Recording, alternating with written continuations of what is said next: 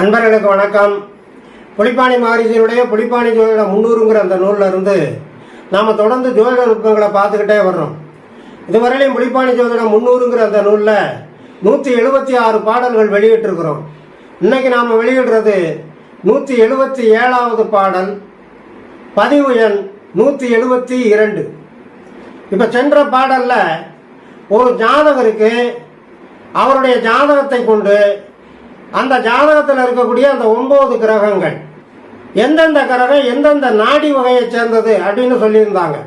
பொதுவாக ஒரு மனிதனுக்கு அட்டாக் ஆகக்கூடிய வியாதிகளினுடைய மொத்த எண்ணிக்கையே 4448 தான் அப்படிங்கிறது நம்முடைய தன்வந்திரி மகரிஷியினுடைய ரோக நிர்ணயச்சாரம். அப்போ அந்த 4448 வியாதிகளையும் அறிஞ்சுக்கிறதுக்கு 3 நாடிகளுக்குள்ள தொகுத்து வச்சிருக்கிறாங்க அப்படிங்கிற விவரத்தை சென்ற பாடலில் நாம் விளக்கியிருந்தோம். அந்த 3 நாடிகளுக்கும் காரகத்துவமுடைய கிரகங்கள் அப்படின்னு பார்த்தா இந்த நவகிரகங்கள் மட்டும்தான். அப்ப இந்த நவகிரகங்கள் ஒவ்வொன்றும் எந்தெந்த நாடி வகையை சேர்ந்ததுங்கிறத மிக தெளிவா சென்ற பாடல்ல விளக்கி இருந்தாங்க.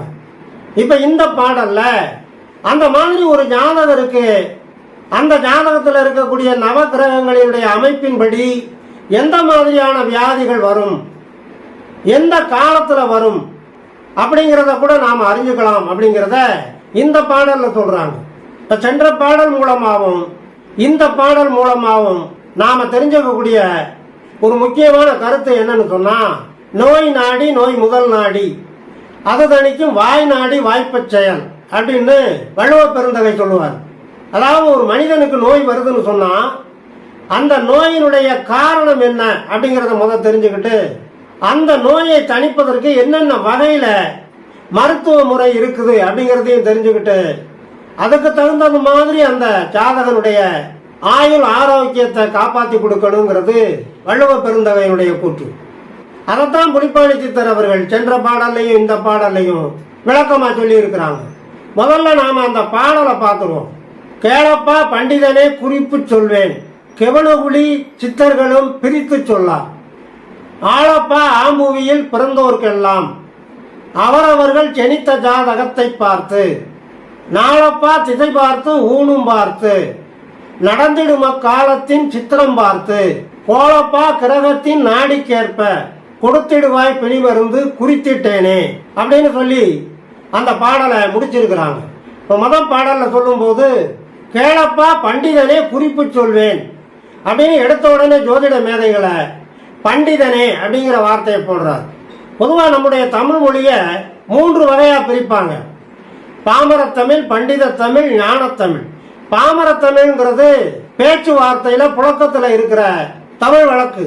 அதுக்கு அதிகமான கல்வி அறிவு தேவையில்லை, அதுக்கு அதிகமான நூலறிவுகள் நமக்கு தேவையில்லை.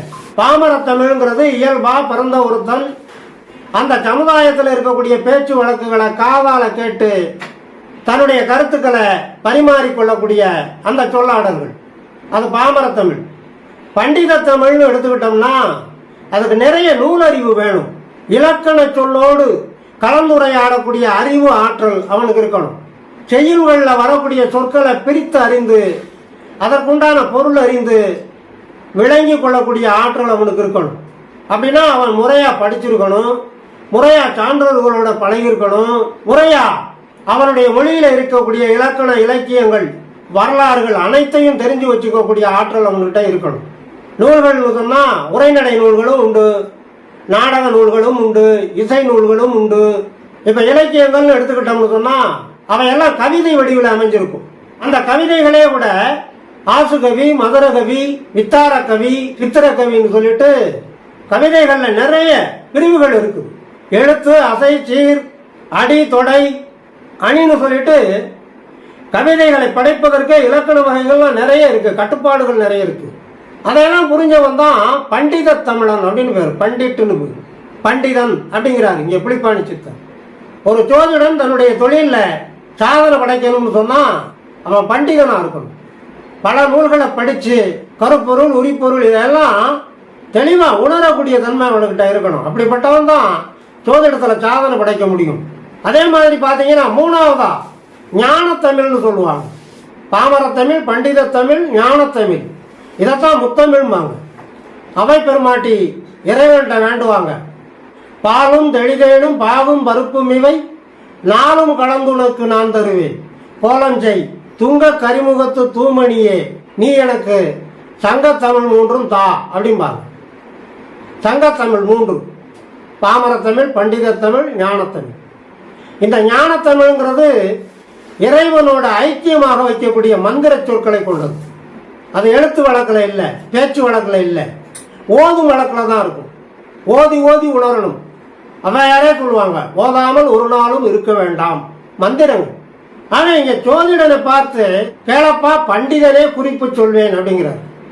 நீ பண்டிதனா இருந்தா தான் என்னுடைய நூலில் இருக்கக்கூடிய இந்த கவிதையை, செய்யுள் வடிவத்தை, அதில் இருக்கக்கூடிய சொற்களின் நுட்பத்தை உன்னால உணர முடியும் அப்படிங்கிறத அங்க குறிப்பா சொல்றார். குறிப்பு சொல்வேன் அப்படின்னு சொன்னா ஒரு சொல்லுக்குள்ள பல செய்திகளை உள்ளடக்கும். வள்ளுவ பெருந்தகையுடைய நூல்களை எல்லாம் மேலோட்டமா பார்த்தா 1.25 அடியில் இருக்கக்கூடிய அந்த செய்யுள். ஆனால் பெரும் பெரும் வரலாறுகளை, புராணங்களை, இதிகாசங்களை, சாஸ்திர நுட்பங்களை எல்லாம் அதில் உள்ளடக்கியிருக்கும். ஆக அந்த குறிப்பு சொற்களால் அது அடங்கியிருக்கும். அதைத்தான் இங்கே பிலிப்பாணி சித்தர் சொல்லுகிறார். கேளப்பா பண்டிதனே குறிப்பு சொல்வேன், கெவனகுழி சித்தர்களும் பிரித்து சொன்னார். இவரே கெவனகுழி சித்தர் தான். கெவனகுழிங்கிறது மந்திர உச்சாடனங்கள், ரசவாத தந்திர கலைகள் எல்லாம் கற்றுக்கிட்டவங்க. அனிமா மகிமான்னு வரக்கூடிய அஸ்தமா சித்துக்களை அடைந்தவர்கள். அவங்கெல்லாம் வானத்தில் பறப்பாங்க, யாருக்கும் தெரியாம இருப்பாங்க. நினைச்சா தன்னை ஒரு அணுவா மாத்திக்க முடியும், நினைச்சா தன்னை ஒரு விஸ்தாரமான உருவமா மாத்திக்க முடியும். அவங்களதான் புலிப்பாணி சித்தர் கெவனகுழி சித்தருங்கிறார். அவங்க கூட நான் சொல்ற மாதிரி இந்த நுட்பங்களை எல்லாம் உங்களுக்கு அவ்வளவு எளிதா பிரித்து சொல்ல மாட்டாங்க அப்படிங்கிறார். அடுத்த 2வது அடியில சொல்லும் போது, ஆளப்பா ஆம்பூவியில் பிறந்தோருக்கெல்லாம் அவரவர்கள் ஜெனித்த ஜாதகத்தை பார்த்து, ஆம்பூவி அப்படின்னு சொல்றார்.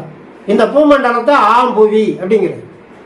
ஒரு ஜீவன் தன்னுடைய முன்வினை பயன்களை துய்ப்பதற்கு சரியான இடம் எது அப்படின்னு இறைவன் பார்த்து தேர்ந்தெடுத்து இந்த புவியில அனுப்பி விட்டுருக்கார். ஆம்புவி அப்படின்னா ஆகும் புவி, அதாவது ஒரு ஜீவனுக்கு தன்னுடைய வினை பயனை துய்ப்பதற்கு தகுதியான இடமாக ஆகும் புவி அப்படின்னு அர்த்தம்.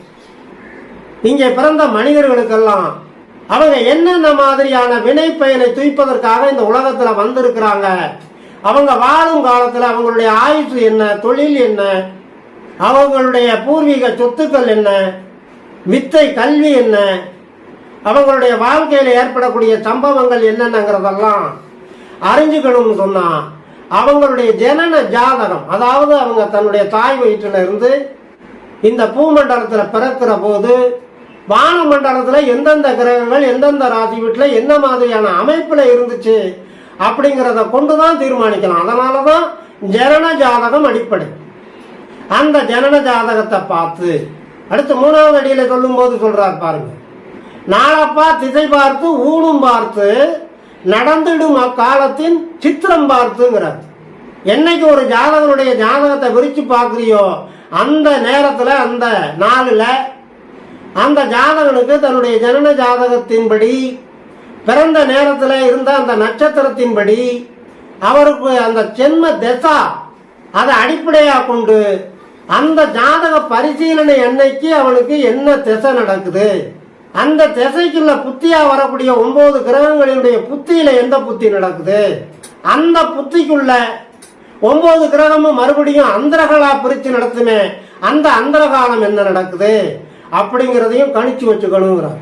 நடந்திடும் அக்காலத்தின் சித்திரம் பார்த்துங்கிறார்.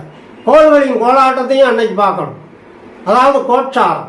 ஒரு ஜாதகனுக்கு அவனுடைய ஜாதகத்தை ஆராயும் போது வானமண்டலத்தில் கிரகங்கள் அவனுடைய ஜென்ம ராசிப்படி எந்தெந்த ராசி வீட்டில் இருக்கு, எந்த மாதிரி தன்மையில இருக்கு அப்படிங்கிறதையும் பார்த்து கோலப்பா கிரகத்தின் நாடிக்கேற்ப 4வது அடியில சொல்றார் பாருங்க.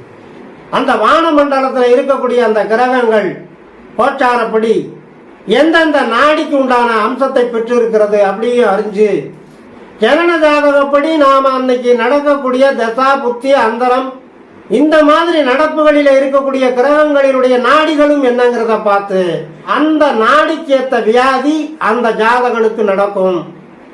அப்ப அந்த நாடிகளுக்கு உண்டான வியாதிக்கு என்னென்ன மருந்து கொடுக்கலாம் அப்படிங்கிறதையும் அறிஞ்சு கொடுத்திடுவாய் பிணி மருந்து அப்படிங்கிற குறித்திட்டேனே சொல்லும்போது இதனுடைய தொடர்ச்சியாக, அதாவது அந்த ஜாதகருடைய தசா புத்தி அந்தரம் கோச்சாரத்தில் இருக்கக்கூடிய கிரகங்களினுடைய அமைப்புகளை கொண்டு எந்த மாதிரி நாடி கிரகம் எந்த மாதிரி வியாதியை கொடுத்தா என்ன மாதிரி மருந்து கொடுக்கலாம், அப்படி மருந்து கொடுத்தால் அந்த நோயானது தீருமா தீராதா, மருந்து கொடுத்தும் கூட அவனுக்கு அந்த வியாதி குணமாகாத தன்மை எதனால் ஏற்படும் என்பதை பற்றியெல்லாம் அடுத்த பாடலிலே சொல்ல போகிறேன். தொடர்ந்து வா என்று அந்த குறிப்பையும் கூட இந்த பாடலிலே புலிப்பாணி மகரிஷி சுட்டி காட்டுவதற்காக கொடுத்திடுவாய் பிணி மருந்து குறித்திட்டேனே அப்படின்னு இந்த பாடலை புலிப்பாணி சித்தர் நிறைவு செய்திருக்கிறார் என்று சொல்லி, இனி அடுத்த பாடலுக்கு உண்டான தெளிவான விளக்கம் காண தயாராகும். தொடர்ந்து வாருங்கள், ஆதரவு தாருங்கள் என்று கேட்டு இந்த அளவோடு நிறைவு செய்கிறேன். நன்றி, வணக்கம்.